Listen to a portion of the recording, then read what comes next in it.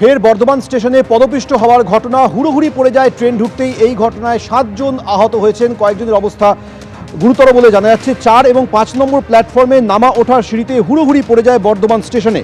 5 নম্বর প্ল্যাটফর্মে আসে Haldibari express cord লাইনে, 4 নম্বর প্ল্যাটফর্মে আসে হাওড়া বর্ধমান যাওয়ার ট্রেন।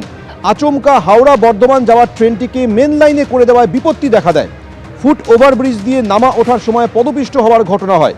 আহতদের মধ্যে 3 জন মহিলা এবং 3 জন পুরুষ রয়েছেন। এই ঘটনাটি বর্ধমান স্টেশনে ঘটেছে। 7 জন আহত হয়েছেন।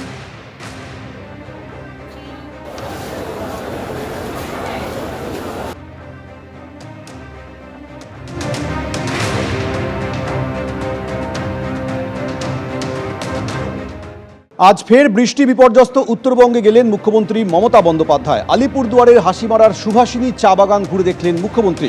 কলকাতা থেকে বিশেষ বিমানে আলিপুরদুয়ারের হাসিমারায় পৌঁছন মুখ্যমন্ত্রী মমতা বন্দ্যোপাধ্যায়। এরপর তিনি দার্জিলিংয়ে যাবেন। একই সঙ্গে মিরিক এবং অন্যান্য ক্ষতিগ্রস্ত এলাকাও পরিদর্শন করার কথা রয়েছে মুখ্যমন্ত্রীর।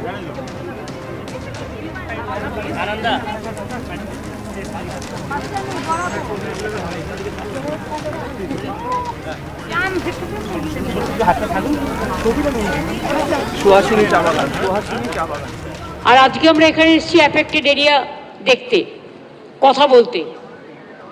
ডিএম টোটাল একটা রিপোর্ট করেছেন, এসপি করেছেন, রাজীব কুমার করেছেন, পুলিশের আইসিরা করেছেন, বিডিওরা করেছেন, লাইন ডিপার্টমেন্ট করেছেন। 6 জন এখানে প্রিন্সিপাল সেক্রেটারি ছিলেন বিভিন্ন ডিপার্টমেন্টের, নর্থ বেঙ্গলের দায়িত্বে তারা করেছেন। তাছাড়াও জনপ্রতিনিধিরাও যারা ছিলেন তারাও করেছেন। এবং এদের একটা আমি অভিনন্দন জানাই যে ঘটনার জল আসবার আগে এরা ইভাকুয়েট করে দিয়েছিল, ফলে এখানে জীবনহানিটা হয়নি। যে জায়গাগুলো ক্ষতিগ্রস্ত হয়েছে তার ফুল সার্ভে করে ডিএম একটা রিপোর্ট তৈরি করেছে, সিএস এর কাছে যাবে। কোন বাড়ি ক্ষতিগ্রস্ত হয়েছে বা কোথায় কি প্রয়োজন।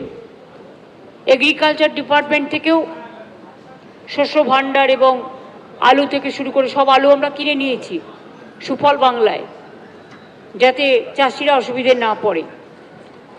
তাছাড়া তো যাদের জমি নষ্ট হয়েছে তারা ক্রপ ইন্স্যুরেন্স পাবে, সুতরাং চিন্তা করার কোনো কারণ নেই। এবং আমি একটু এখন বাদবাকি আমি ডিএমকে বলেছি যে ভিডিওটা আপনাদের দিয়ে দিতে, যেটা ওখানে আলোচনা হয়েছে। এবং কিছু মানুষ যারা জীবনের ঝুঁকি নিয়ে কাজ করেছে, খুব নিচু তলার, এবং তারা না থাকলে হয়তো অনেক মানুষ বিপদে পড়ত, তাদের এখানে 8 জনকে পুরস্কৃত করা হলো। এবং সব জায়গাতেই এইভাবে করা হবে। আর বাদবাকি রিলিফ ওয়ার্ক চলছে, কনস্ট্রাকশনের কাজ চলছে। আমি একটু সুহাসিনী গ্রামের ওদিকে যাচ্ছি, জাস্ট একটু দেখে নিতে। কালকে আপনাদের সাথে আমার দেখা হবে নাগরাকাটায়। সুহাসিনী গ্রামে যেতে চাইলে যেতে পারেন, কিন্তু হুড়োহুড়ি করবেন না, তার কারণ এমনিতেই ক্ষতিগ্রস্ত এলাকা। তারপরে এতগুলো নিয়ে যদি আপনারা যান তাহলে প্রবলেম হয়ে যায়। 14 বছর ধরে কষ্ট করে তৈরি করেছিলেন বাড়ি। 3 ঘন্টার বিপর্যয়, সব শেষ। শেষ সম্বল নিয়ে মাটি আঁকড়ে বসে জলপাইগুড়ির বামনডাঙ্গার এক পরিবার।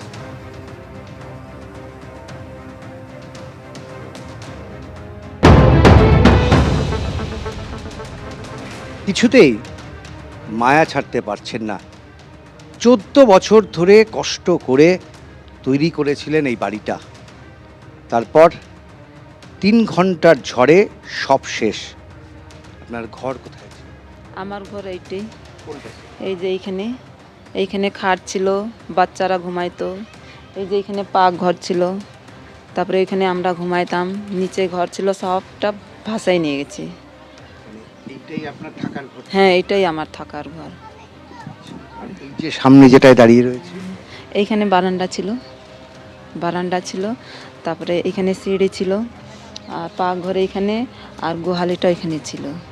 আরও একটা ছোট দোতলা ঘর, এখানে একটা সিঁড়ি। অনেক ভাবনা চিন্তা করে বানিয়েছিলেন 14 বছরের চেষ্টায়।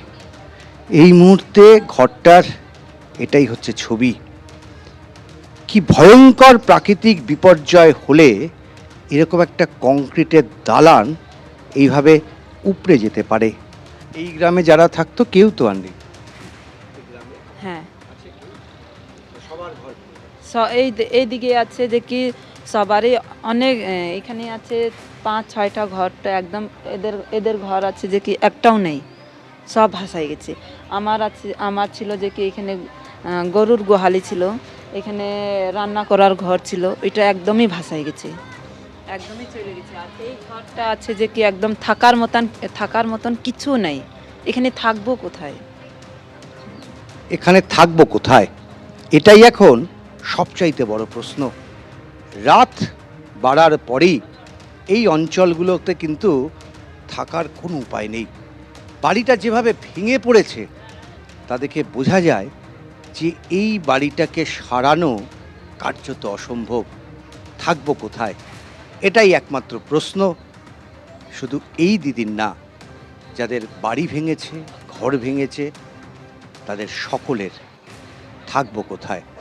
ক্যামেরায় দীপ্তেন্দ্র সিংহর সঙ্গে উজ্জ্বল মুখোপাধ্যায়, এবিপি আনন্দ, জলপাইগুড়ি।